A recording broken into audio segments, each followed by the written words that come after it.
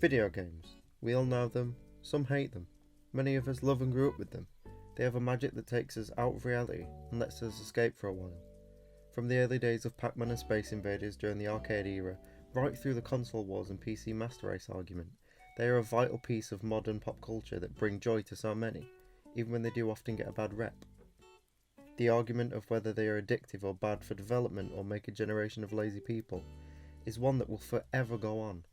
But what if this isn't entirely true? With an ever-growing industry and more prominence in people's lives, what if video games actually do more good than bad? Modern video games have expanded what it means to be a video game. While they do still provide escapism to other worlds, letting us live out other lives, modern video games are steeped in realism. No one can really relate to an Italian plumber in blue dungarees saving a princess from a giant spiky turtle, or a blue hedgehog that goes really fast, or even a giant yellow circle with a mouth that eats ghosts. Or maybe some people can, who knows?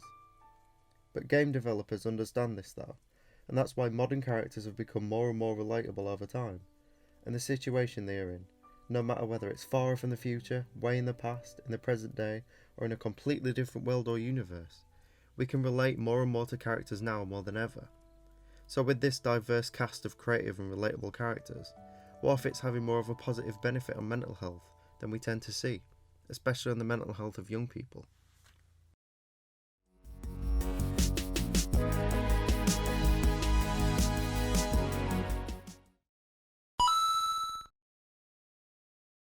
I am a gamer. You can probably tell just from one look at me, or maybe the room kinda gives it away. Now we were all young once and so was I. We all have our first console and so do I. This may surprise some, but my first ever console was my parents' Sega Mega Drive, playing Sonic the Hedgehog 2 most of the time. Now this wasn't my favourite game for this though. That title falls to Zombies, or Zombies Ate My Neighbours.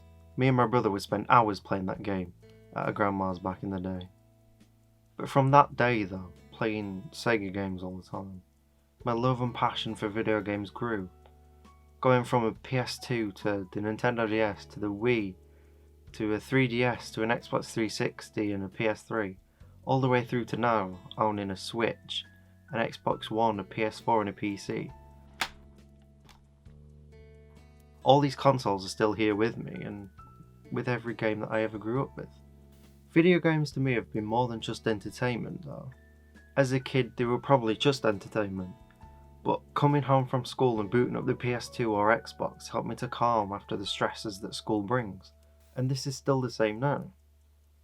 But now it's different, and I feel a lot of people, especially young people, will relate to this a little bit.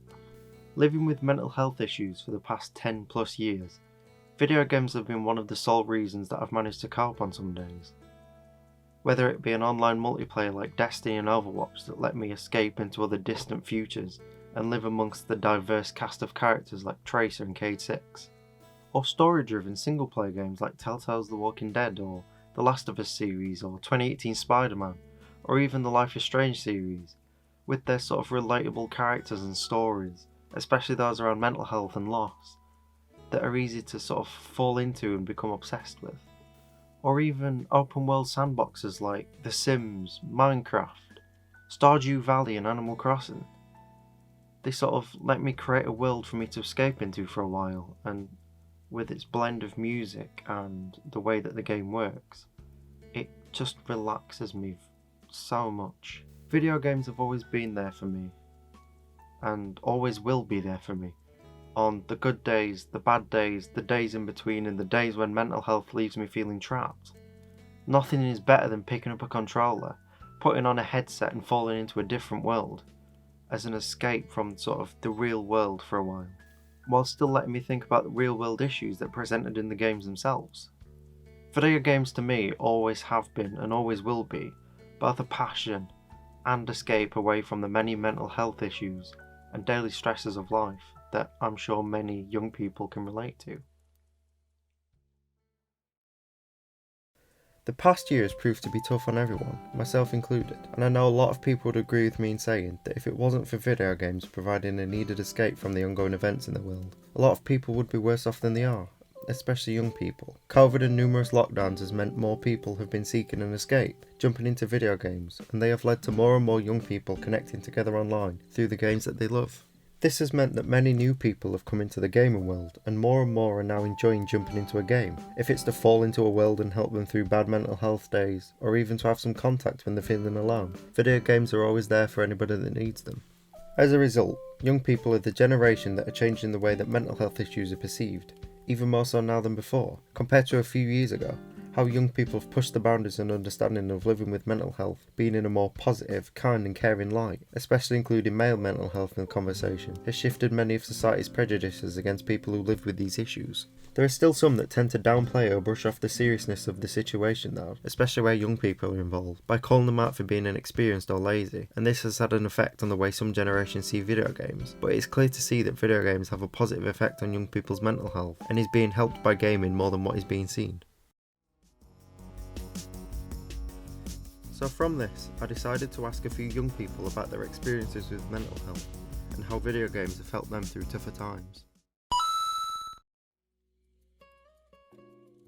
They help me quite a lot, and they have a massive impact on how I feel, because it's that form of escapism, escaping to a different world or different things, and that sense of being able to control what's happening in that moment, and it just helps, calm things down and chills me out basically.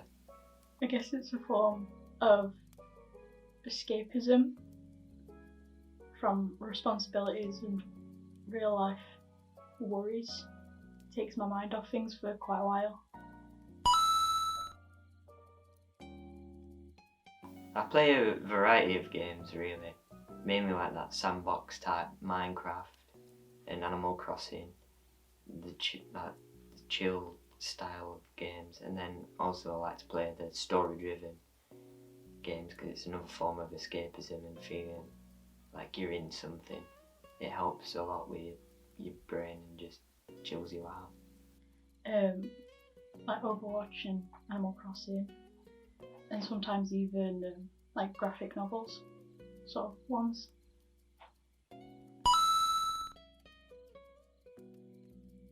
Yes, because you can talk to other people while playing some games. Sometimes it relaxes you, and sometimes you can just have fun.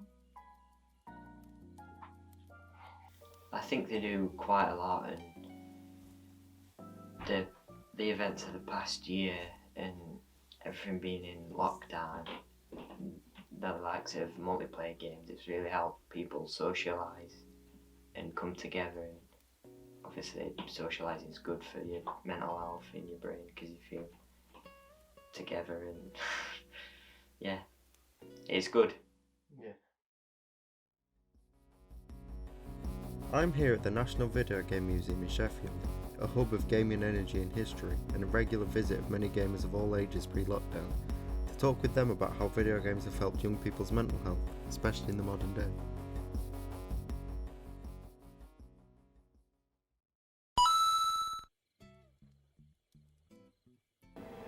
Here at the museum, I'm the venue manager, so I manage the staff, the exhibits, the visitors, any events we have on, and the sort of day-to-day running of the museum. I think video games are so broad and diverse that it really does depend on the person and the game. I think that behind a lot of games there's some incredible musicians, artists, story writers, all forms of artists. And I think because of that, the video games are like a combined form of art, and if art can be, helpful to young people either through expression or just to sort of absorb and look at, then video games can be just as useful in that way. I think that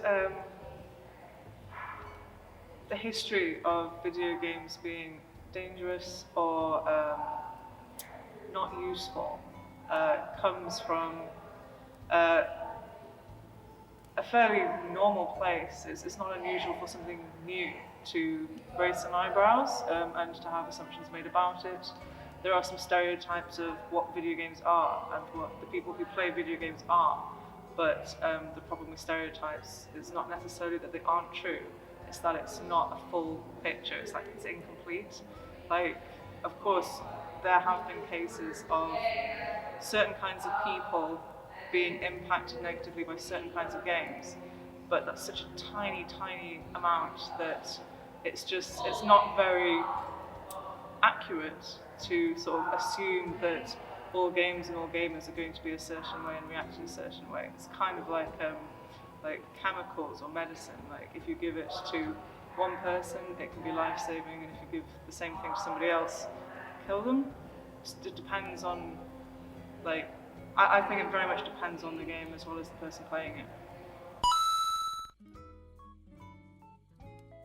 I think having an accurate representation of the demographic that they're appealing to is very important. There are gaming awards, you can get BAFTAs for video games, and in order to submit a game or to nominate a game to win such an award, that game needs to meet certain diversity and inclusion parameters. It needs to have X many minority characters. It needs to have other forms of like non-mainstream characters. You know, if every women, people of colour, disabled people, queer people, all that kind of thing. I think making sure that you're ticking a sort of a sensible number of boxes in your game is a really good way to make people feel more included. We had an exhibit here at the museum where people talked about what video game characters people related to, and a lot of it did boil down to that kind of aspect. And when you can speak to people on that kind of level, the video games have a much more sort of like positive and powerful effect. I definitely think that during the pandemic, video games have brought people together in a social way that they wouldn't have been able to. Online gaming, I mean, gaming is already a very lucrative industry, but overnight, like the numbers got pretty insane. Everybody was playing video games, and they were playing video games with other people. They were just looking for some kind of fulfillment in that kind of social aspect of their life that's suddenly been taken away. And I think that if that hadn't been there, we would be looking at much more serious numbers in terms of mental health, especially among young people.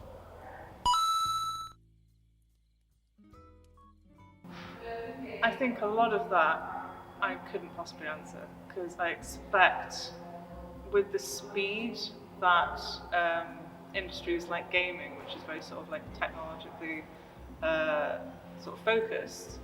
I mean, yes, we have esports and that kind of thing now, but I expect that more things will show up. Games will change and they will turn into something else, like beyond what we sort of understand games to be now.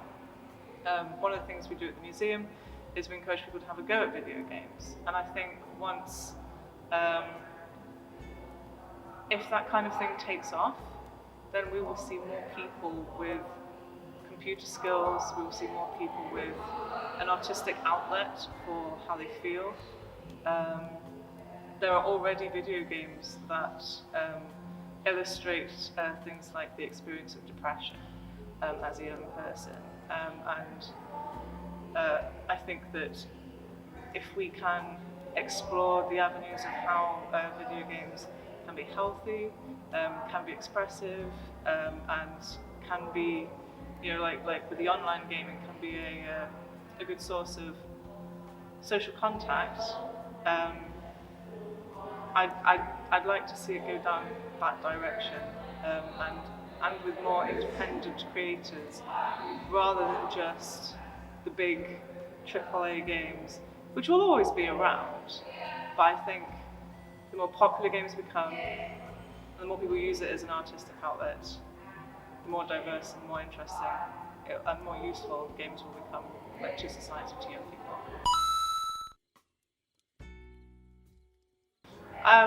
Yeah, I think that gaming is definitely like a valid career path. I mean, we have a course at BGI of like how to start your career in video games. I think due to the popularity of video games, young people are going to be motivated to learn those kinds of skills. To be a streamer is to promote yourself, it's to learn your technological setup, it's to learn about like audience reach and all that kind of thing. And these are all skills that would become useful. You know, maybe it starts as a hobby for somebody, but it's definitely something that they can slap on a CV, or like you say, turn into a career if they manage to like tick all the right boxes and create an experience for their watchers that they want to see more of.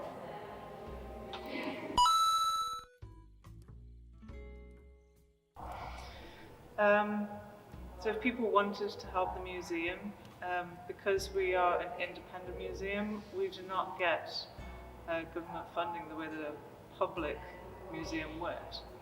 We only have the money that people give us, either through donations or ticket sales or retail sales.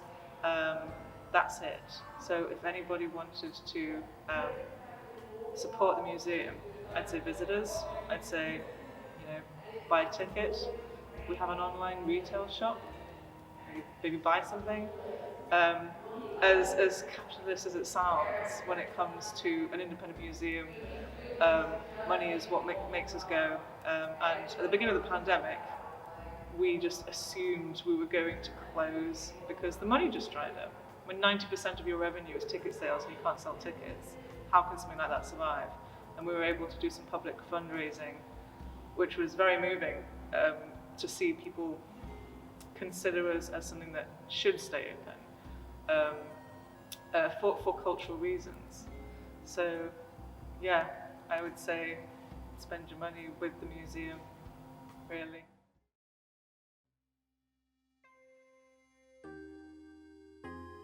It's clear to see that video games have a positive effect on the mental health of the younger generation, and this will always be the case as the industry and popularity continues to grow. There will always be a stigma around both mental health and video games, but as more and more people start to understand and the industry grows and develops, this stigma will soon fade away, and young people are the generation that are continually pushing for this change. Video games bring people together from near and far. They allow for inclusivity for all people of different race, genders, disabilities and more, though there is a long way to go before toxicity in video games allows for people to feel comfortable. Live streaming on online platforms and esports are meaning that more and more young people are finding creative avenues through their passions to make a career out of this too. And as most of us are casual players needing an escape from daily life, then video games are there for us all when we need them.